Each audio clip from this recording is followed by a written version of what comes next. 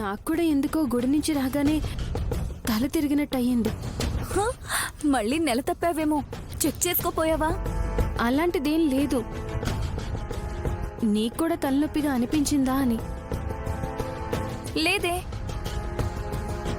నైని, నీకు తలనొప్పి వస్తే అందరికి ఎందుకు వస్తుంది అనుకుంటున్నావు? అలా అని కాదు బాబు గారు.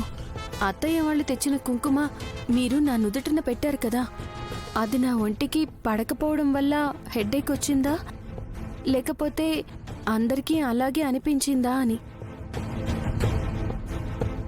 నీ అనుమానంలో లాజిక్ ఉంది. నేను మళ్ళీ వస్తాను. వదిన, ఆగు. అక్క వదిన. ఎక్కడికి వెళ్తున్నావు?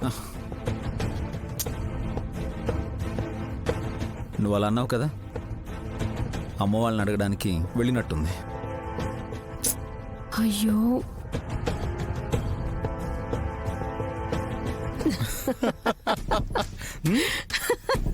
అమ్మో మమ్మీ, అబ్బా, అయ్యో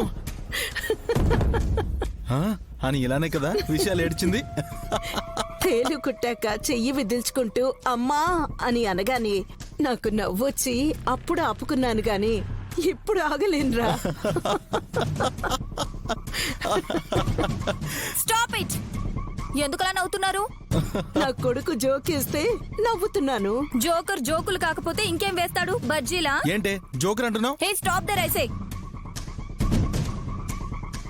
డ్రైవ్ చేసేవాణ్ణి డ్రైవర్, క్లీన్ చేసేవాణ్ణి క్లీనర్ అన్నప్పుడు జోక్ వేసేవాణ్ణి జోకర్ అంటారా లేదా? అంటారా మమ్మీ? ఇలా అడిగినా కూడా అంటారు. ముందు నువ్వెందుకొచ్చావో చెప్పు. మీ సంగతి తేల్చుకోవడానికి వచ్చాను. మమ్మీ, ఏదో చేయబోతుంది ఇది. నువ్వాగరా. ఏ హాసిని, తల తిరుగుతోందా ఏంటి? తిరుగుతుంది నాకు కాదు, చెల్లికి. గుడి దగ్గర పెట్టుకోమనిచ్చిన బొట్టులో ఏముంది? అడిగిన దానికి ఆన్సర్ ఇవ్వకపోతే బాగుండదు.